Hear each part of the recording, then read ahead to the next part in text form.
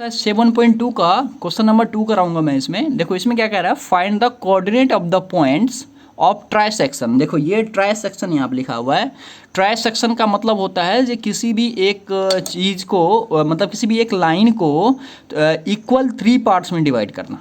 ठीक है, किसी भी एक कोई भी एक चीज़ हो, जैसे मान लो लाइन ही है तो लाइन को इक्वल 3 पार्ट्स में डिवाइड करना।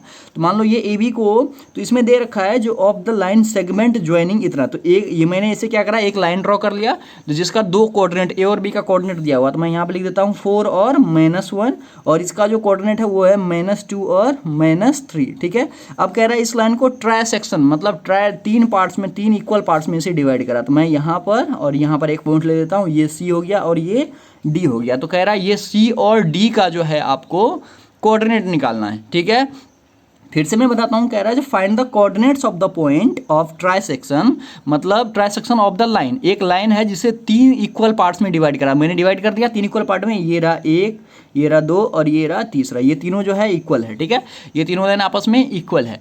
तो कह रहा है ये जो ज्वाइनिंग पॉइंट है, मतलब ये जो दोनों का लास्ट एंड पॉइंट है ए और बी, ये दे रखा है 4 और -1 और -2 और -3 दे दिया। ठीक है, तो अब इसमें क्या करना है, सी का कोऑर्डिनेट निकालना है। ठीक है, सबसे पहले सी का कोऑर्डिनेट निकालना है, फिर डी का कोऑर्डिनेट निकालना है। तो इसमें क्या है, आपको m1 और m2 का वैल्यू नहीं दिया हुआ, वो आपको अपने तरीके से लेट करना है। कैसे, देखो मैं आपको बताता हूँ। जब भी कभी इस तरह का क्वेश्चन आए ना, जो ये तीनों इक्वल है या फिर 2 पार्ट्स इक्वल है या 4 पार्ट्स में डिवाइड करा वो सब इक्वल है, तो तब आपको क्या करना है, सबको 1 1 लेट कर लेना। सबको 1 आपको लेट कर लेना। ये भी 1 हो गया, ये भी 1 हो गया और ये भी 1 हो गया।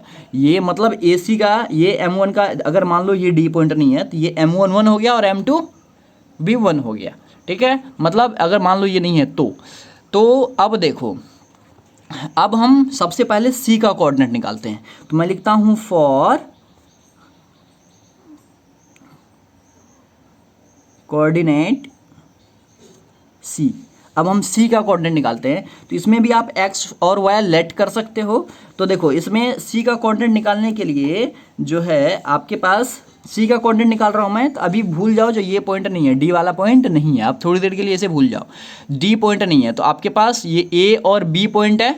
m1 का वैल्यू देखो 1 हो गया और m2 का वैल्यू कितना हो जाएगा, 1 + 1 यानी कि 2। समझ में आया। देखो मान लो ये डी पॉइंट नहीं है, ये 1 है, ये 1 है, तो अभी डी पॉइंट नहीं है, तो ये x1 y1 हो जाएगा, ये x2 y2 हो जाएगा।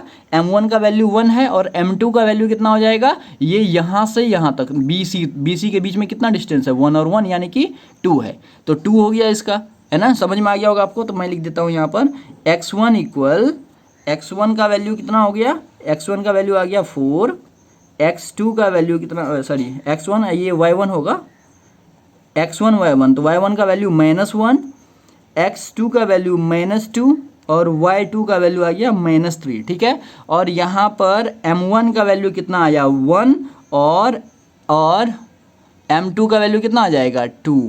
समझ में आया, समझ में आ गया होगा आपको। क्योंकि देखो ये सी कोऑर्डिनेट निकाल रहा हूँ मैं, सी, तो सी के लिए ये तो m1 1 हो गया और m2 कितना हो गया, 2 हो गया। ठीक है, अब हम क्या करते हैं, इसमें फॉर्मूला लगाते हैं। तो सी का फॉर्मूला लगाते हैं हम, मतलब कोऑर्डिनेट सेक्शन फॉर्मूला। तो सी को हम एक्स और वाई लेट कर लेंगे। ठीक है, ये इस वाले पॉइंट को ना हमने एक्स और वाई कुछ भी मान सकते हैं, कोई दिक्कत नहीं, हम एक्स वाई लेके चलते हैं क्योंकि इसको हमें इसका पॉइंट निकालना है। अभी डी पॉइंट है ही नहीं, आप ये मान लो। ठीक है, तो इसका फॉर्मूला मैं लिख देता हूँ m1 × x2 plus m1 x1, sorry m2 होता है यहाँ पर, और बाय में m1 + m2। ये फॉर्मूला आप जरूर याद कर लेना। m1, अब y वाला टर्म लेंगे तो y2 + m2 y1 बाय में m1 + m2। ठीक है, ये फॉर्मूला होता है सेक्शन फॉर्मूला। अब आपको क्या करना है, इस फॉर्मूले पे आपको पुट कर देना सारा सवाल जो भी गिवन है और आपका आंसर आ जाएगा। तो ठीक है, मैं यहाँ पर लिख देता हूँ।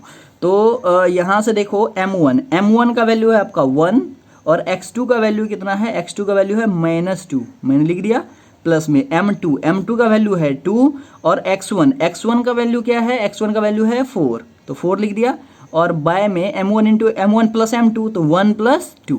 ठीक है, अभी देखो, अब m1 y2, तो m1 का वैल्यू 1 है और y2 का वैल्यू कितना है, y2 -3 है, तो -3। ठीक है, प्लस में m2 है 2 × y1 कितना है, ये -1, तो -1, और बाय में हो जाएगा कितना M1 plus two, M1 plus M2, ठीक है। अब इसे आप सॉल्व कर लो, इसे सॉल्व करोगे ये आ जाएगा -2 को 1 से करोगे तो -2 और ये आ जाएगा प्लस 4 2 जा 8 बाय में 3 और ये कितना आ जाएगा, ये आ गया -3 और ये आ जाएगा, देखो -3 को 1 से करोगे -3 और -1 को 2 से करोगे तो -2, क्योंकि minus minus plus minus minus हो जाएगा और मल्टीप्लाई कर देंगे हम, ये आ जाएगा 3, ठीक है। तो यहाँ से -2 और +8 को अगर आप कैलकुलेट करते हो तो ये आ जाएगा 6/3, ठीक है। और इसे कैलकुलेट करोगे तो ये आ जाएगा -5/3, माइनस माइनस प्लस हो जाता है, साइन माइनस का होता है। और इसमें देखो प्लस वाला बड़ा था तो इसलिए मैंने 6 लिखा है प्लस में, क्योंकि 8 में से 2 जाएगा तो 6 होगा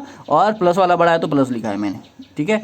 ये प्लस माइनस में भी आप गलती मत करना, नहीं तो आपका जो है वो आंसर गलत हो जाएगा।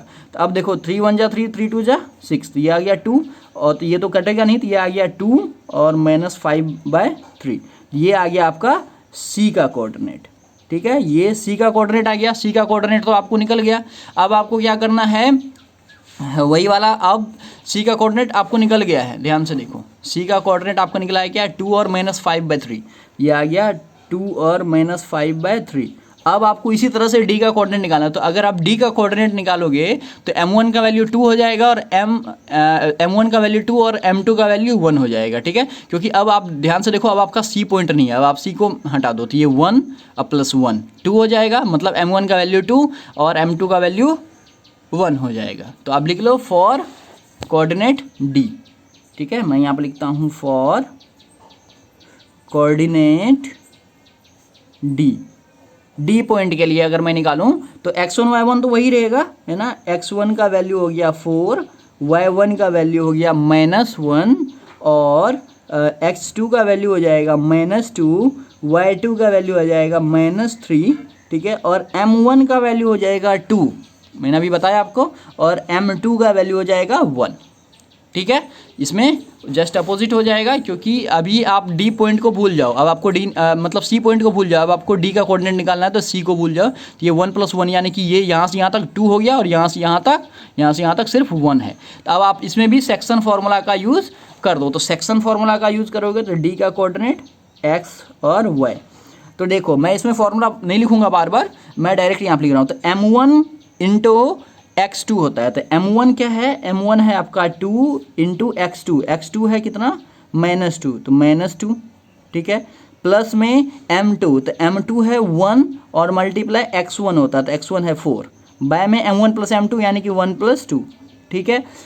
फिर हो जाएगा M1, अब x y वाला टर्म लेंगे तो M1 कितना है आपका 2 और इंटू y2 है -3, ठीक है। अब प्लस में M2 है 1 × y1 कितना है आपका -1 और बाय में हो जाएगा 1 + 2। अब इसे आप सॉल्व कर दो, हो जाएगा आंसर आपका आ जाएगा। तो आ जाएगा -4 + 4 बाय में 3 और ये क्या हो जाएगा, ये आ जाएगा -6 और प्लस ये भी माइनस हो जाएगा, क्योंकि प्लस माइनस ये भी -1 बाय में 3, ठीक है।